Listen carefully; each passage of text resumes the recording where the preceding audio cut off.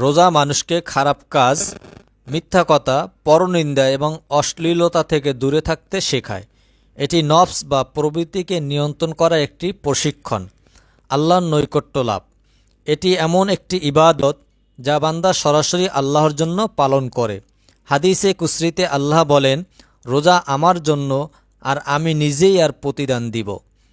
রোজার শারীরিক ও সামাজিক গুরুত্ব। শারীরিক উপকারিতা। আধুনিক বিজ্ঞানও প্রমাণ করেছে যে উপবাস শরীরের অঙ্গ প্রত্যঙ্গকে বিশ্রাম দেয়, রোগ প্রতিরোধ ক্ষমতা বাড়ায় এবং দেহকে বিষমুক্ত করতে সাহায্য করে। গরিবের প্রতি অনুভূতি। রোজা রাখার মাধ্যমে একজন ধনী ব্যক্তি ক্ষুধার কষ্ট অনুভব করতে পারে এবং গরিব ও অভাবী মানুষের প্রতি তার সহানুভূতির জন্ম হয়। এটি সামাজিক বন্ধনকে আরও দৃঢ় করে। রোজার ফজিলত ও মর্যাদা। জান্নাতের বিশেষ দরজা। রোজাদারের জন্য জান্নাতে রাইয়ান নামক একটি বিশেষ দরজা রয়েছে, যা দিয়ে শুধু রোজাদাররাই প্রবেশ করবে। গুনাহ মাফ।